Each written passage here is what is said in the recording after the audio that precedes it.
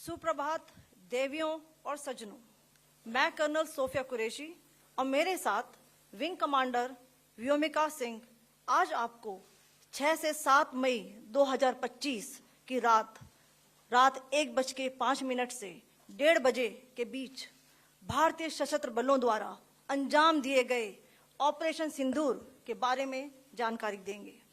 Colonel Sophia Qureshi, who briefed the media on Wednesday alongside Foreign Secretary Vikram Misri and Wing Commander Vyomika Singh on India's Operation Sindoor, is a multi-generation officer in the army who imbibed the spirit of serving the nation from an early age. बेटी को देख के कैसा लगा? ये proud हुआ ना कि हमारी एक बेटी ने राष्ट्र के देश के कुछ किया, ये अपने राष्ट्रीय से कुछ किया, वो प्राउड हुआ है। बचपन से वो किस तरह के उनका नेचर था? उनको आर्मी में जाने की कितना वो क्या था कि हम लोग सभी पूरा फैमिली आर्मी में थी, तो वो एक पैतृक गुण आ गया उसके अंदर, क्योंकि हम लोग सब आर्मी में भी बार फील्ड में रहा हूँ। During the briefing, Colonel Sophia and her counterpart shared the names and details of the sites targeted on the intervening night of May 6th and 7th. Qureshi, an officer from the Corps of Signals, spoke in Hindi, while IAF helicopter pilot Singh shared the details in English, complementing each other.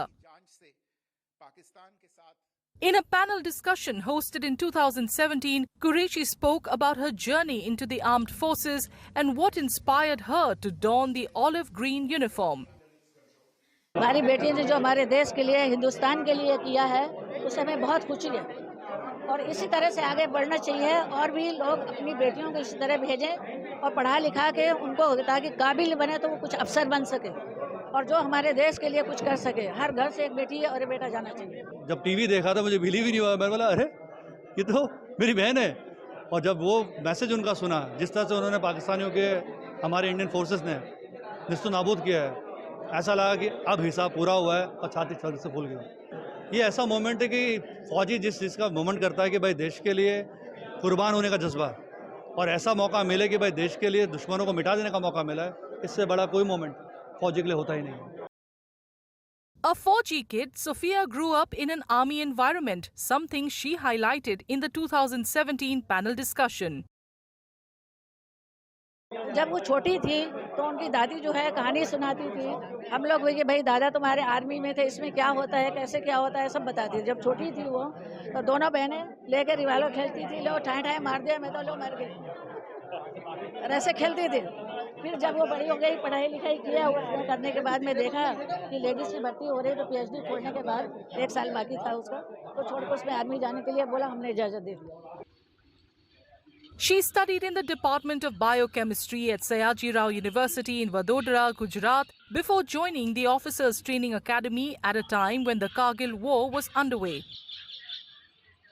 A former university classmate recalls what Sophia was like during that time together.